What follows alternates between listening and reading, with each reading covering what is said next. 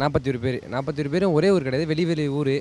அதனால வந்து அங்க போய் அவர் வந்து அதுவும் அந்த அவர் சொன்ன ரீசனே என்னன்னா வந்து, அங்க போயிட்டு சந்தெல்லாம் நெறைய இருக்கு. அதுலேருந்து ஒரு 500 மீட்டர் நடந்து போணும். அது முடியாது. ஸோ, அதனால வந்து நாங்க அங்க வந்து மண்டபம் அரேஞ்ச் பண்ணி பார்க்குற மாரி தான் இருந்துச்சு. மண்டபத்துக்கு அட்வான்ஸ்லாம் குடுத்துருக்காங்க. அந்த மண்டபம்காரங்க திருப்பி குடுத்துட்டாங்க அந்த அட்வான்ஸ. ஸோ, அதனால வந்து இது அங்க முடியாது. சரி அவங்கள வர வச்சு இங்க பார்க்கலாம் அப்படிங்கிறது தான். அதே கரூர்ல ஒரு 1 ஹவர் டிராவலோ இல்ல பக்கத்துலயே ஒரு 1/2 அன் ஹவர் டிராவல்ல வேற மண்டபம் கூட பார்த்து அங்கேயே பார்த்துக்கலாமே, ஏன் சென்னைக்கு கூப்பிட்டு வந்திருக்காங்க? ஸோ, சென்னைக்கு தான் அந்த மண்டபம் வந்து ஒத்துக்கிட்டாங்களே தவிர, மத்த எந்த டிஸ்ட்ரிக்ட்லும் ஒத்துக்கல. ஏன்னா வந்து அதே திருச்சியில பிளான் பண்ணிடலான்னு பிளான்ல இருந்திருக்காங்க. அதுவும் கிடைக்கலன்னா, சரி ஒரே தடவையா சென்னை அழைச்சிட்டு வந்துரலாம்.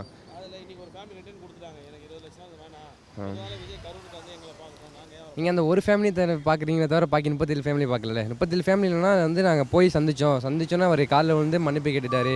உடைஞ்சு அழுதுட்டாரு. அப்படிங்க. அந்த ஒரு ஃபேமிலியோட மனநிலைமை என்ன? ஏன்னா வந்து எல்லார் குடும்பமும் ஒரே மாரி இருக்காது. அவங்களோட நிலைமை என்னன்னு தெரியல. ஆனா 37 ஃபேமிலி வந்து ஒத்துக்கிட்டாங்களே, நாங்க பார்க்க வந்தோம்.